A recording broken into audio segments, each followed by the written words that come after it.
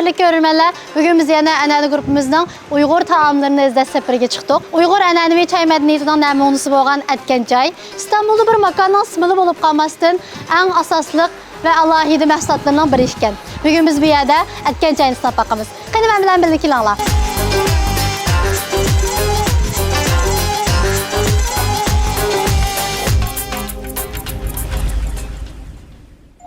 Assalomu alaykum aka, qanaqa holingiz, yaxshimi? Va alaykum assalom. Yaxshi, o'zingizcha yaxshimi? Yaxshi, rahmat. O'zingizni bir vaqt tanishtirib o'tgan bo'lsangiz. Bo'ladi. Mening ismim Farruh, o'zim Yakandan. Turkiyaga chiqqanimga 10 yil bo'ldi. Hozir Atkan Chay qahva degan bir choyxonani, mushu choyxonani ichib o'taman. Maşallah. Bu choyxonani ochqani qanchalik bo'ldi sizga? To'g'risini o'tkazib 3 oy bo'ldi. Bek chiroyli qilibsizlar, maşallah. Kesagimiz bor. Bu oshxonada sizlarning eng asosli mahsulotlaringizning biri Atkan Chay deb angladik. Hozir unda siz bizga bir Atkan Chay aytib berasiz. Bo'l, chata yo'q.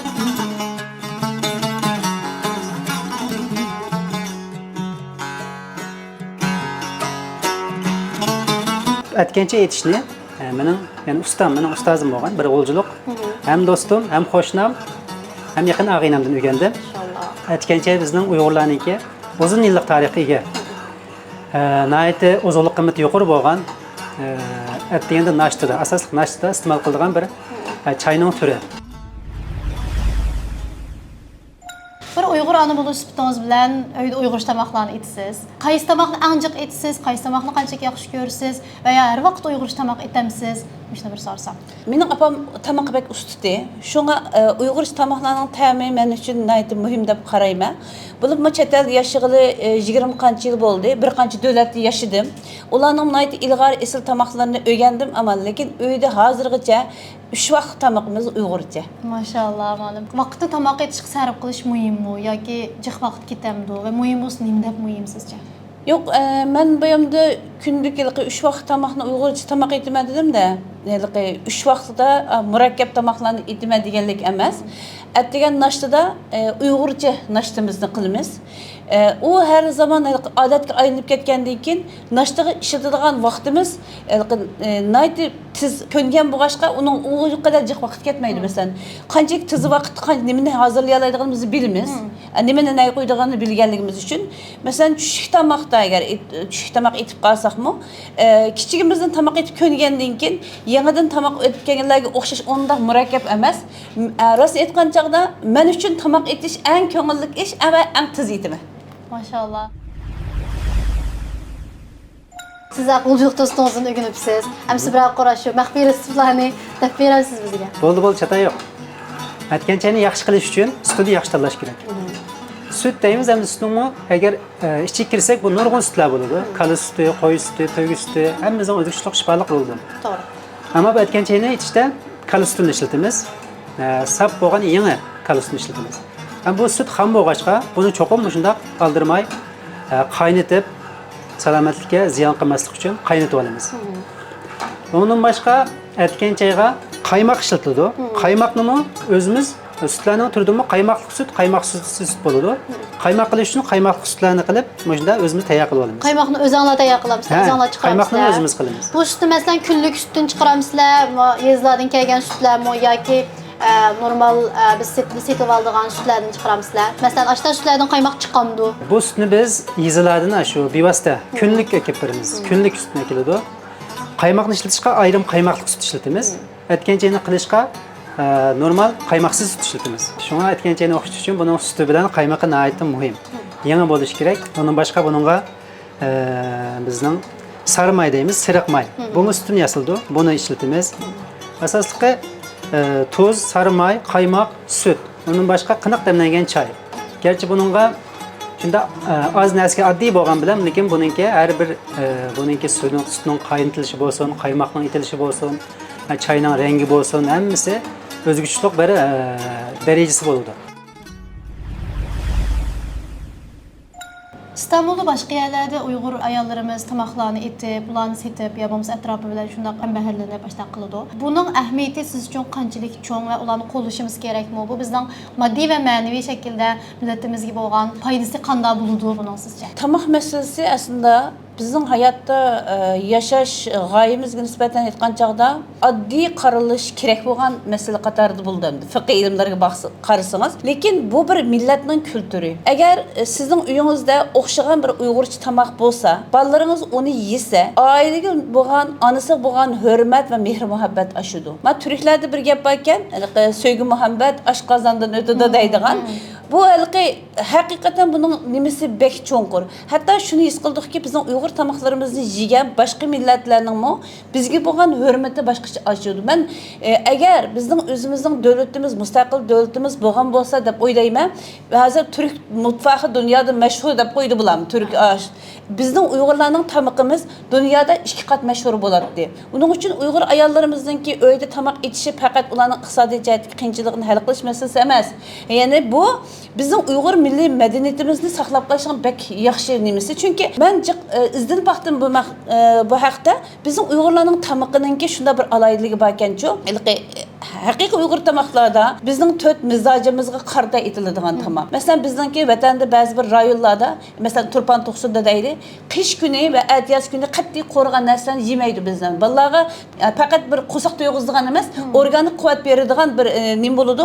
Buning uchun uyg'urlarningki tamoqini uylarda setish bo'lsin, uylarda etish bo'lsin, oshxonalarda bo'lsin, texnik yaxshi taraqqiy qilish kerak deb o'ylayman men. Buning bir ahamiyati jiq. Ham onasininki o'xshagan tamoqini yegan bolalarda anaga nisbatan, ailaga nisbatan bir xil bag'lanishchanligi kuchli bo'ladi. Yana bir masala nimashadi deb qo'yg'im keldi shu munosabat bilan. Hozir madaniylashib ketib, ba'zi ayollar yoki ba'zi insonlar tamoq etgan chog'da qo'liga palay kiyib itadigan bir ish qilib oldi. Ammo bizning har bir millatga, har bir insonga Alloh subhanahu taoloning bergan tam iqtidori o'xshamaydi. Masalan, o'xshash bir materialga 10 odamga yoki 100 odamga bir tamoqni atlasangiz o'xshamaydi ta'mi.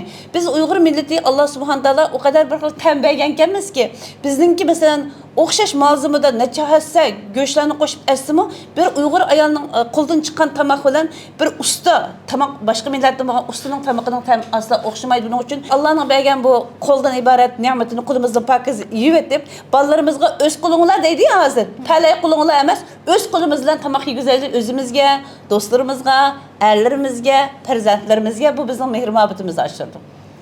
Buni bir askarchi qilib qo'yib qo'yaylik undaq bo'lsa. Aytgan joydan boshqa nima har xil masalan chiy, qaymoqi, suti hammasi sog'lomlikqa foydaliqmi aka? Sog'lomlikqa foydali, lekin har qanday narsaningki bak ishib ketgani ziyonli. Shunga har kuni at deganda ichib bersa, buni aytib badanga foydali qiladi. Oğlum Nozgum Cemiyeti'nin Uyghur taam medeniyeti ve milli medeniyetimizi davamlaştırış için qilgan şundaq mühim işlerini bilimiz. Bu xizmetlerin hazırki ahvali ve burunqi ahvallarını bir aqır tushuntirib o'tsangiz bo'lamdi. Bo'ladi.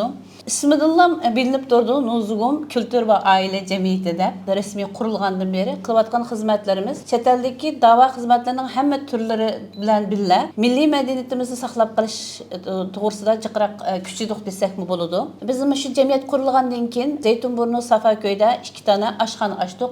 Tamamen yo'ldoshi bo'lmagan ayollarimizga ham kirim bo'lsin, ham milliy madaniyatimiz saqlanib qolsin deb va u o'yladi biz hatto Uyg'urcha tamoq nashtalar tushib keşik tamoqdan boshqa Uyg'urcha mehmon kutishini nim qilaylik deb uy supularini hazırlab qildik va urf-odatlarimiz shaklida mehmon uzatgan bo'ldik. Chet eldan kelgan nurg'un qarindoshlarimiz, shundaqla Turkiyaning ichidan kelgan nurg'un boshqa millatdan bo'lgan qarindoshlarimiz shu tamoqlarni yeyish va shu kutish jarayonida bizning madaniyatimizni, bizni texnik yaxshi tunugan bo'ldi. Demakki, bu Uyg'ur kulturida yep-ichish yoki yashash biz uchun normalda ko'ringan bilan bir millatning tunilishi va millatning tarixiga bo'lgan qiziqishni yoki bizga nisbatan beriladigan baho uchun intayin muhim.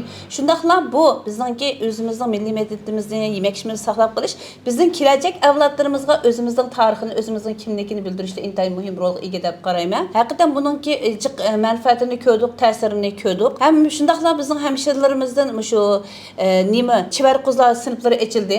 Uning nurg'un qizlar yetishtirildi. Bizmi yoz ta'tillarda qizlarimizning ta'til mezgillarida qizlarimizga tatqiq turum pishirish, tamoq pishirishlarni o'rgatdik. Buni inshaalloh inşallah rivojlandırırız deb qaraymiz. Bence chet elda xizmat qilayotgan, yashayotgan muhojir qarindoshlarimiz o qo'lidan kelgan barliq imkonlaricha o'zimizning madaniyatini saqlab qolaylik. Chunki insonningki o'zining kimligi, o'zining madaniyati, o'zining yemek-ichmagidan yiroqlashgan vaqtning o'zida o'ziga bo'lgan o'zligidan va o'zining tarixidan ya'ni yiroqlashadigan bo'ladi ekan. Boyama bir deb o'tib ketgandim.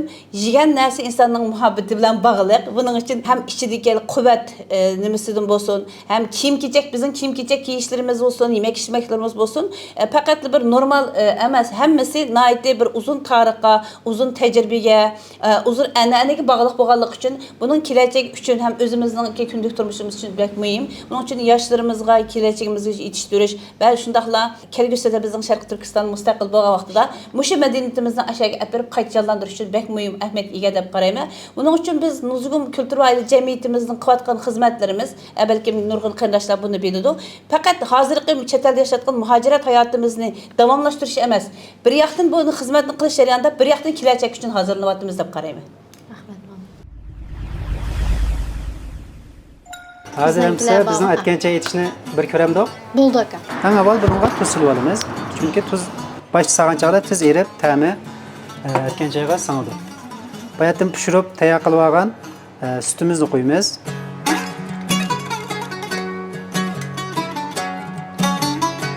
Sutimizni qo'yib bo'lgandan keyin qiniq damlangan chayimizni, shamisni tushib ketmaslik uchun shamisni suzib turib, sutning ustiga chayimizni qo'yamiz.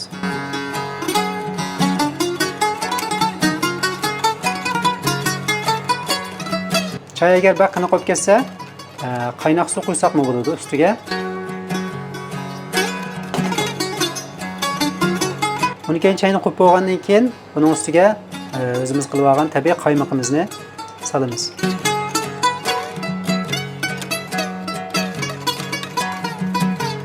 Qaymoq solib bo'lgandan keyin oxirida ya'ni tabiiy siriq mayin, ya'ni sarmayimizni solamiz. Sarmayni oz solamiz. Buna o'xshagan aytganchimiz hazır bo'ldi.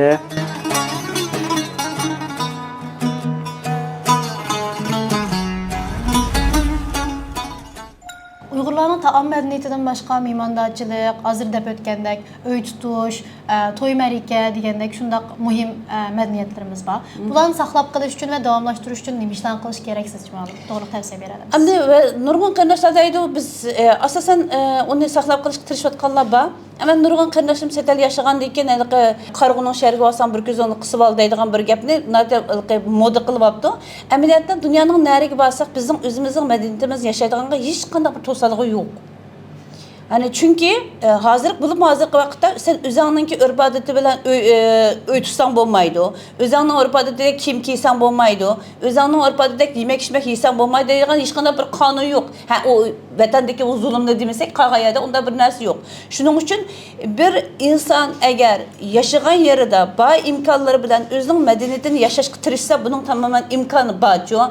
Hem bu bolalar uchunmi bir hurmat qozonish va kelajak uchun vatan uchun milletiga nisbatan bog'lanish uchun da muhim.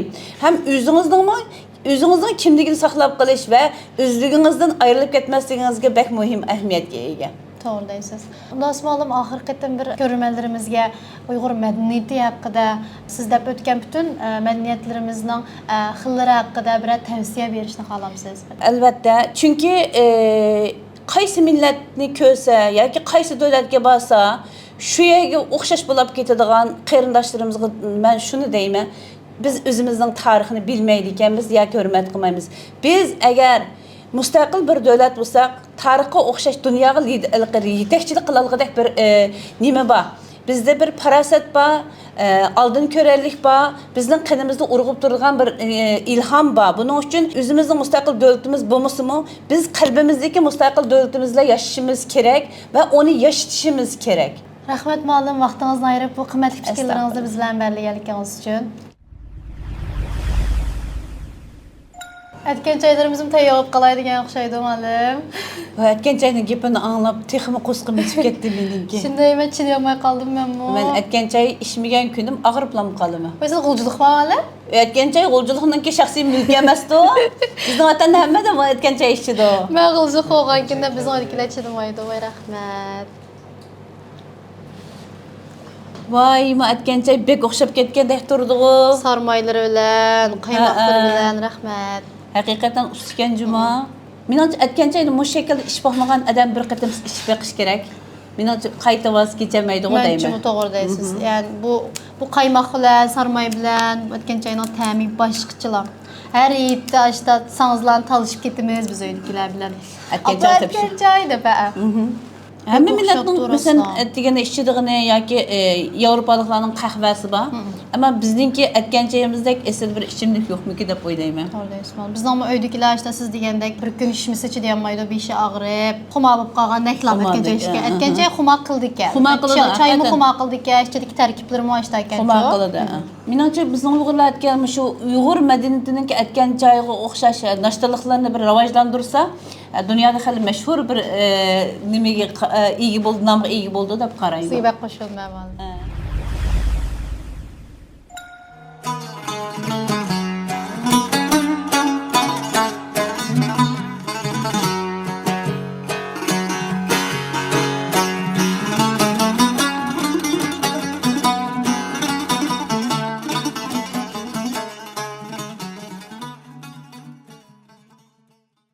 Uch qizingiz bo'lgan bo'lsa yaxshi ekan degandek.